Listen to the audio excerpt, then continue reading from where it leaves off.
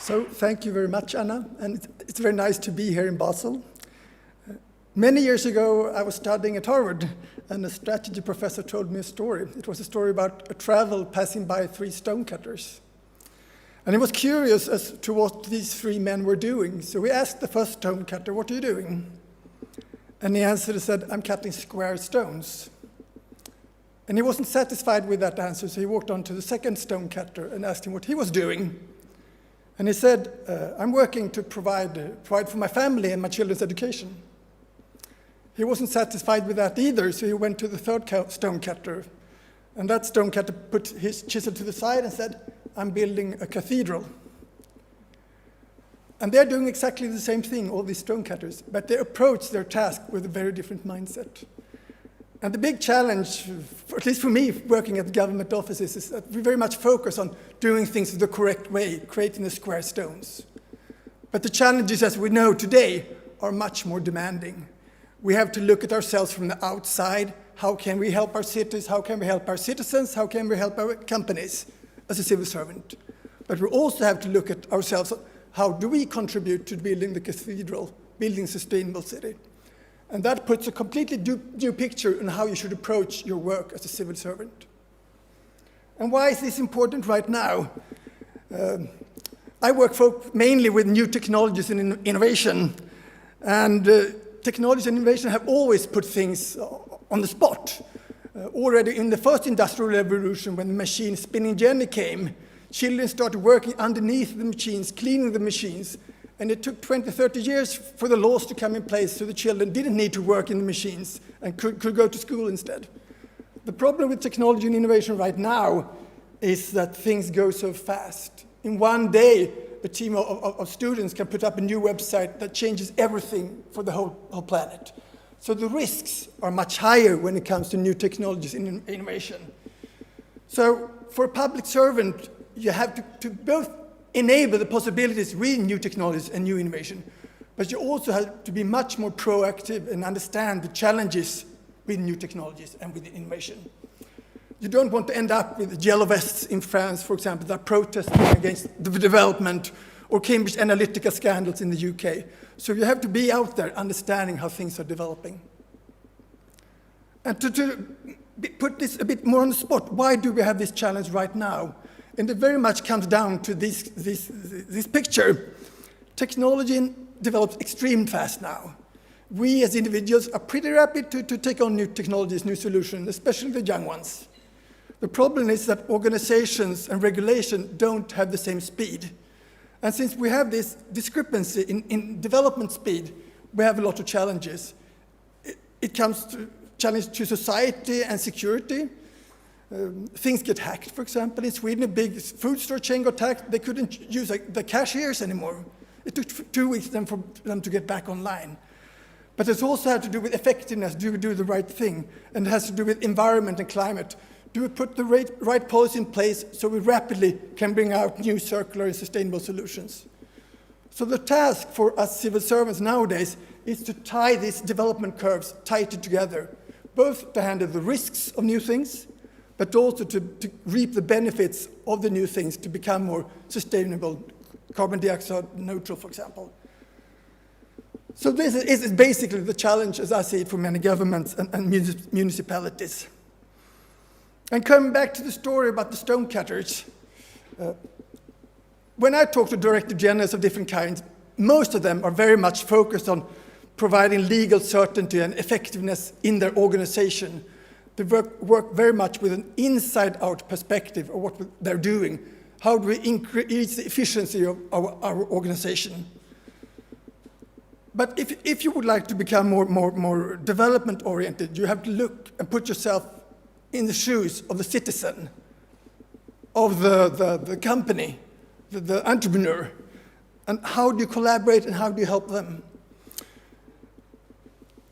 The best example of this in Sweden, I say, is our most appreciated authority in Sweden. I don't know if it's the same in Switzerland, but in Sweden, the tax agency is the most appreciated public authority. And that has exactly to do with this model. 15 years ago, instead of just working with their own internal efficiency, they started to look at how can we, as an agency, assist us as citizens to do very easy income declarations? How can we make it easy for companies to do the right income declarations? So they completely shifted their approach. And nowadays, when I present my personal income declaration, if everything is okay, I just need to push one button on my phone, and then I've done my yearly declaration. So they completely shifted their approach. They even dare to put out new beta versions of declaration software. So they use citizens and companies to test out their new software solutions.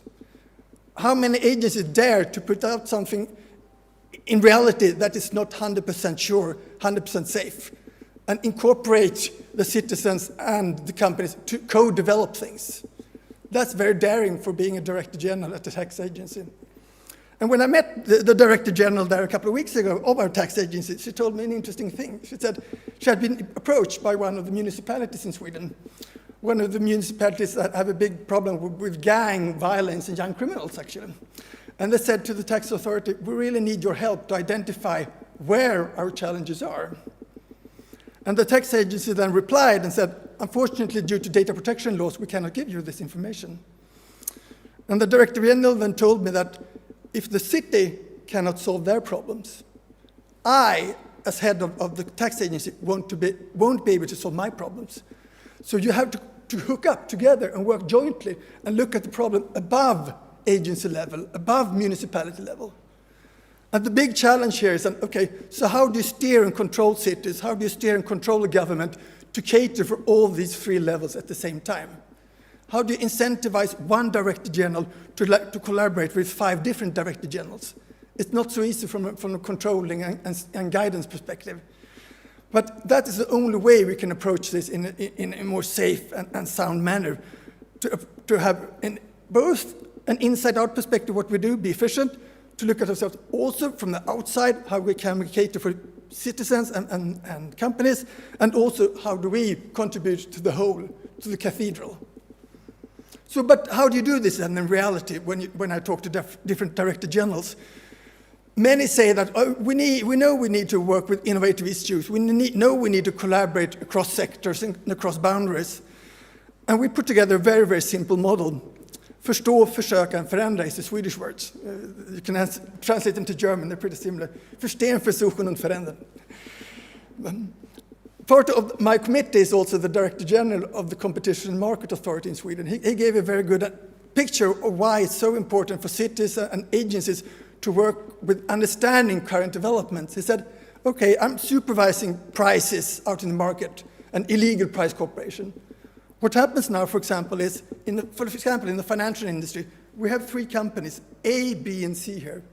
They have automatic systems that automatically set prices among themselves.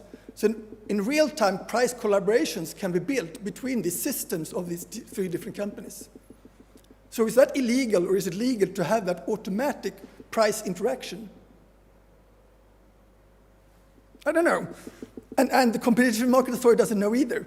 So what he has to do is to have people that understands artificial intelligence, that understands algorithms, maybe even blockchain, and go out and talk with these financial industry companies and have them explain, okay, how do your algorithms work so that you comply with our antitrust regulation, for example. He has to put processes in place so he treats all the different companies in an equal manner, because he cannot treat certain companies in one way and other companies in another way. So that puts his whole traditional way of auditing companies in a completely new perspective. He has to have his hands down in the earth and understand what's happening somehow. And he has to do that in a secure and ethical way, and that's not very easy. And the second step then is, since things are moving so fast, the only way to create good learning is to try out new things. And on city level, trying out new things sometimes works pretty well. But when you come on a government level and talk with the parliament doing new laws, trying out things that might be opposing certain regulations and certain laws is very, very difficult. One example, for example, is in Sweden. We have a lot of industry now for new batteries, for example, and we're developing steel production that use a lot of electricity and hydrogen instead of coal in their production process. All these require enormous amount of electricity, so we need to build our electric grid once again. like we did 50 years ago. We need to really expand our grid. As you might understand that building an electric grid in a company, pulling lines up in the air is not the easiest thing. It involves all the municipalities connected. It involves, at least in Sweden, 5 different public agencies. Then today that process takes 10 to 12 years. But we don't have that time if we want to work with new sustainable solutions for steel industry, for example. Maybe we have 4 or 5 years if you should be able to cut all those carbon dioxide emissions down. So how do we cut the handling time for new permitting processes from 12 years to 5 to 6 years? The only way to do this is to do a joint collaboration among these maybe 10 different public agencies. Maybe you should work with parallel application processes. Maybe you should have joint applications for many agencies.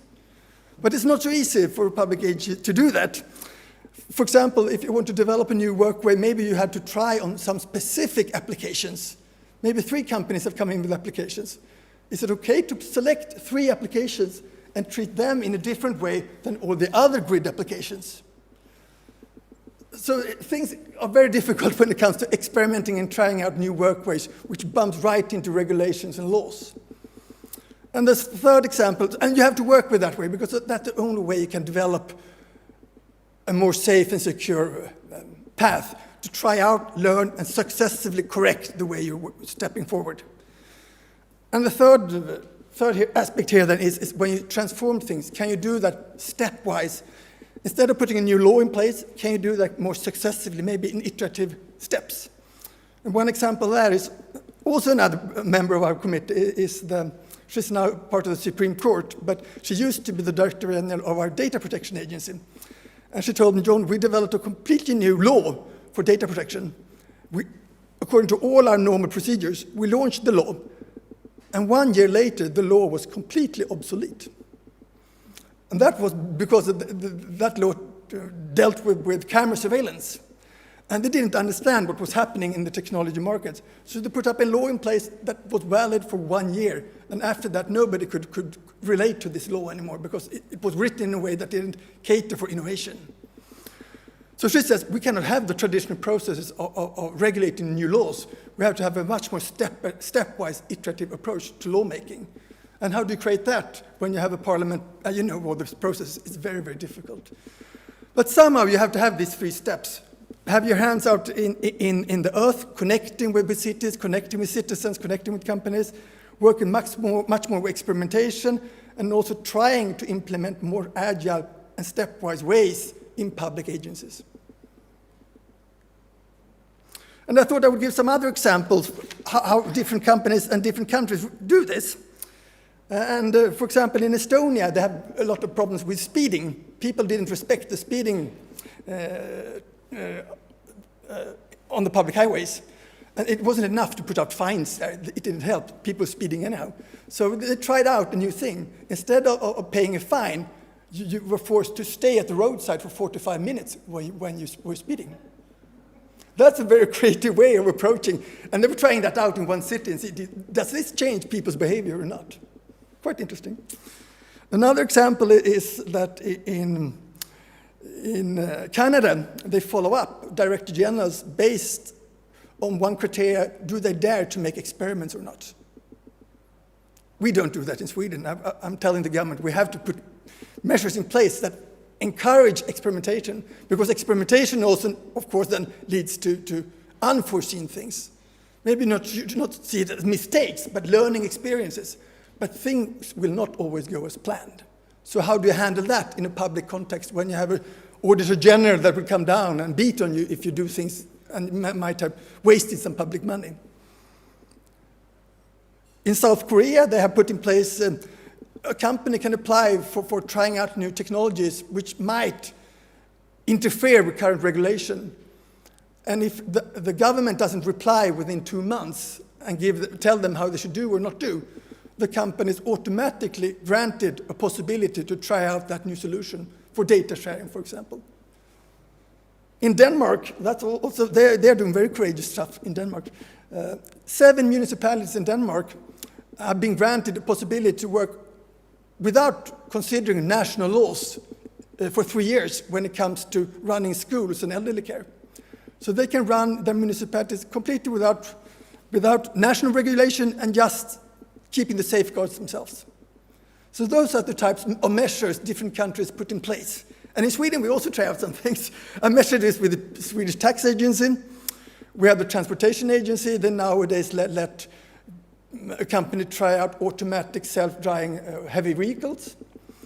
The Swedish government had put more than 1 billion euros into completely new production modes, producing steel without using carbon, instead using hydrogen to bring out the oxygen from the iron ore. So we're doing a lot of things also in Sweden, but I think it's very important to have this joint learning, because it's very, very difficult, as you understand, to work with the three aspects of the stonecutters at the same time. It's not an easy thing for a civil servant. So thanks, that's what I would like to share with you.